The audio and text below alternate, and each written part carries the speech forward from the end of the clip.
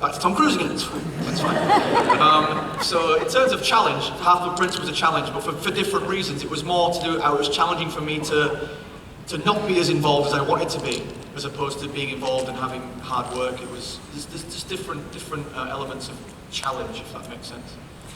I probably sounded really ungrateful there. Yeah. No,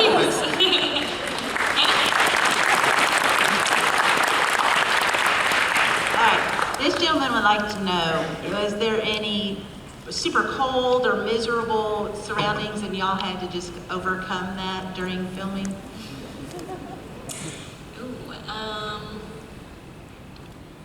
The only honestly everything that you felt was mildly uncomfortable for a few seconds was that, oh actually no, the one uncomfortable thing I must admit was lying dead in the Chamber of Secrets for 3 weeks. I lay there for a really long time.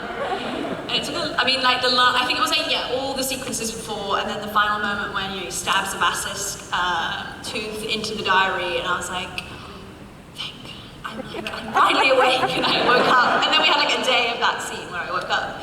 So that was a little uncomfortable because I was lying, they cut it looks a bit like when they draw out where a dead body is, a murder scene, but they'd drawn me a yoga mat of my body, on the floor so I could lie, because it was rock, hard floor. And I was meant to be kind of soaking wet, and the floor was all meant to be wet, so they would just spray you and the floor every 30 minutes, and can I get up? And you'd be perfectly set, the continuity obviously of everything needed to be exactly right. So I became perfect at my position as I lay on the floor. So that was a little bit uncomfortable. And I was kind of young, so I probably really wanted to sort of whine and complain, but I tried not to. You're a professional, Bob. I was very professional at 11 or 10. But other uncomfortable, the only fun sequence that was a lot of water, fire elements was the scene when the Burrows is on fire and we're running through the reeds. And we were wearing, we were in our pajamas, but underneath we had a dry suit on, which is the weirdest sensation to be in the water, feel the temperature of the water, but not be wet. And we had to run through the reeds as this quad bike with the camera chased us. But it turns out running in a dry suit and pajamas is actually quite difficult. And there were these explosions of fire flames. But honestly, after the first 30 minutes of being oh, this looks a bit difficult, I was this is super fun, and I'm being chased by a quad bike with a camera on it. It wasn't everything evolved to be exciting, but that was the only sequence where, although Quidditch was also not the most. Any broomstick stuff wasn't. Yeah, it was that wasn't. I'm just going to sound really miserable again now. I really regret it. I've got a couple. Why? It was. You'll definitely remember the second one, but the first one was in the Chamber of Secrets when I got picked up by the Pixies, and it was I had a harness on that was attached to a rig outside, and then they pulled me up and then they would hang my robe from the chandelier to give the illusion that I'd been pulled up by the robe and hung up. I was actually on a harness, and then one time they yelled cut and. Something got lost in translation between what was happening on the set and what was happening on the rig outside, so they released the harness. My robe was still attached. So I was just hanging there going blue before someone recognized me. Almost killed me. I survived, it's fine. And the second one was in Order of the Phoenix. They built they fashioned these new rigs for the Thestral, riding the that's what it's called, right? Thestral. And they were these fiberglass seats, these bucket seats that they'd done a big cast, a mould of our backs and arses, and they'd molded these fiberglass things, and they were to hold us perfectly horizontal, perpendicular from the ground. And we were suspended, just like we're on a roller coaster, on our front. But mine snapped. I felt it snap. So that was no longer holding me up, and it was just the harness, which basically being held up by my knackers is what I'm saying.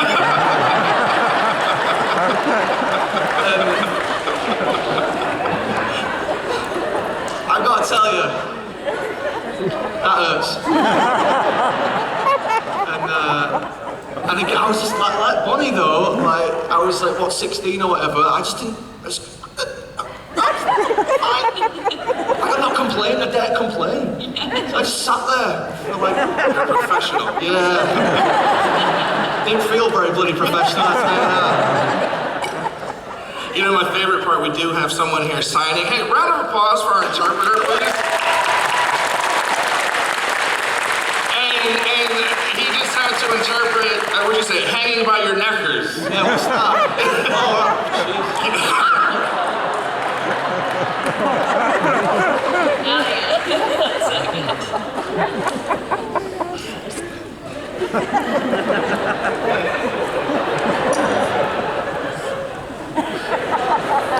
I don't know if I'd even heard that phrase before myself.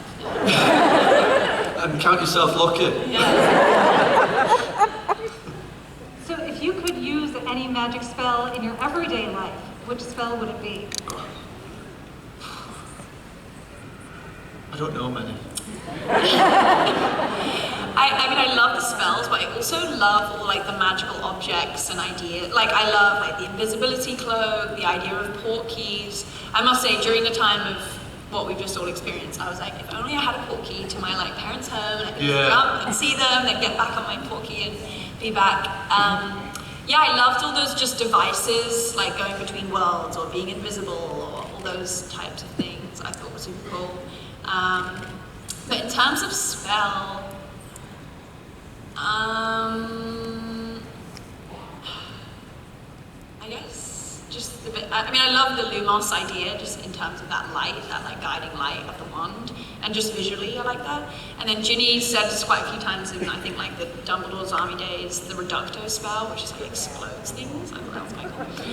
But again, honestly, my wand and my spell knowledge is not. I need to get like a spell book or something. Yeah, mine's pretty lacking. I used to say Alohomora because, well, the reason's twofold. Is one, I just like the word, and two, I lose my keys a lot, and it would be very efficient to get into my house. But I was just thinking then, is it Accio? Accio, right? That's like for everything, right? So if I lose my wallet, my phone, I can just say that and it's just gonna appear, right? Something that isn't yours. Fine. that one. That's the one. I lose everything, man. You're saying Lumos, you got an iPhone or something? Oh, yeah, touch. Find my phone. Okay, do y'all have a favorite memory or like something you hold really dear from your experience on the set? I mean, so many. Genuinely so many. There's always one that stands out for me just because it was quite important for me in terms of my career development was and I'm sure some of you have heard the story before, but it's on Alan Rickman's last day, I just went down to his trailer to tell him thank you, because although you'd worked with a lot of these people for 10 years, I was cripplingly shy when I was younger, and I didn't say a lot to a lot of the older actors, which is probably one of my few regrets from that time. I wish that I'd spent a lot more time with them, because they were so approachable and so friendly. But in the last couple of years, I'd started to, and Alan was one that I'd spoken to a little bit, and I just wanted to go down to his trailer to say thank you, basically, for agreeing to do the film, for being so generous with his time and his performances, and for putting up with us, basically. And I expected him to say, oh, thank you, and that would be it. And he didn't. He said, come on in, and he put the kettle on, and we had a cup of tea, and he asked me just what I was going to do next. And he gave me a couple of recommendations, recommended I do some theatre, thought that I would benefit from honing my craft a little bit that way. But he said to me, you know, you've got it, you can do it, you just need to work at it. And just that on its own, just like to have that kind of, have someone of that stature give you that bit of belief to say, you can do it. That inspired me to keep going, because I wasn't sure if I was going to carry on. And that inspired me to keep going. And I did do a play. The first thing I did after Harry Potter was a play, and he was right. God, I hated that play for the first 4 months of it. I hated it because I just couldn't do it, and it was a real trial by fire, and I learned on the job. And by the last 2 months, something just clicked, and I realised why he told me to do that, and I wouldn't still be working today. I would not have done half the things that I've been fortunate enough to do in the last 10 years if I'd not taken his advice that day. So that'll always be a memory that I'll cherish. Definitely. Yeah.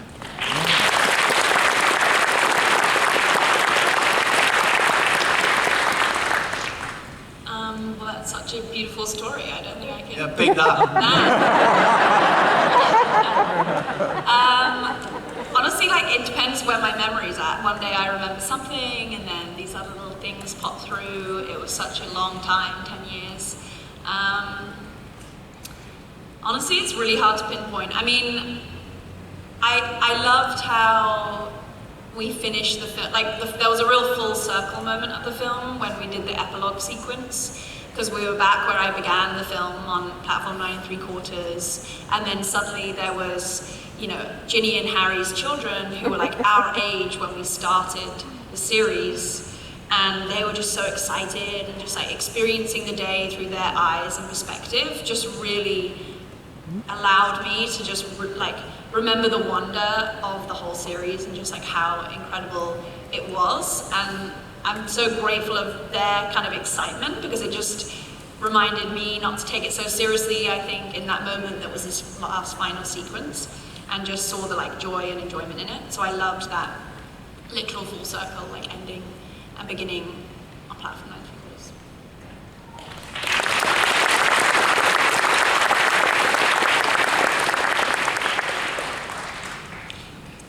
You know, I think we have time for one more question. I'm sorry. I know. I see the people in the back of the line. I'm sorry. So which is your favorite of the Harry Potter books? Love this question. And why? I loved the Order of the Phoenix is my favorite. I loved all the characters in the Order. I loved Grimmauld Place. I loved the auras. I just thought it was so amazing and so cool. And yeah, I just love this kind of the sort of loyalty angle to that. How they're sort of in it together through no matter how they've been separated, they kind of like came back in this kind of strong group, and it felt like they were like the perfect like role models to us, just as in like the characters, like for Ginny and Harry and everyone to look up to them as characters, like between Lupin and Tonks and Sirius and, you know, even Mr. and Mrs. Weasley, all those characters I think were just like such like great moral guiding characters, and I loved that book.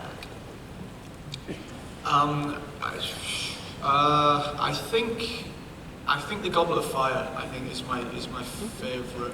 I've read them all once, except I read Order of the Phoenix twice, but most of them I've only read once, so it's a long time ago now. Yeah, Goblet of Fire, just, I don't know, I think it was more to do with just where I was in life at the time. I just remember it very, very vividly and fondly, and I remember reading that book and just completely it's cover to cover. I just got so involved with it and was pulled into it so immediately, and it was the first one that I waited for. The first three had come out before I started reading Harry Potter, and this was the first one I'd waited for, and I went to the bookshop to get it, and it was all a big book as well. I felt like, well, I'm right grown up here reading this. Yeah, I just completely fell in love with it. That was kind of like, I was into Harry Potter before then, and then that just grabbed me. And I don't know if you know this, but I kind of like sports. So the whole Triwizard Tournament thing was, I was really into all that, and just thought it was that was the moment when I could say, yeah, now I'm not just a fan of Harry Potter, I'm now like obsessed with Harry Potter. Was Goblet of Fire.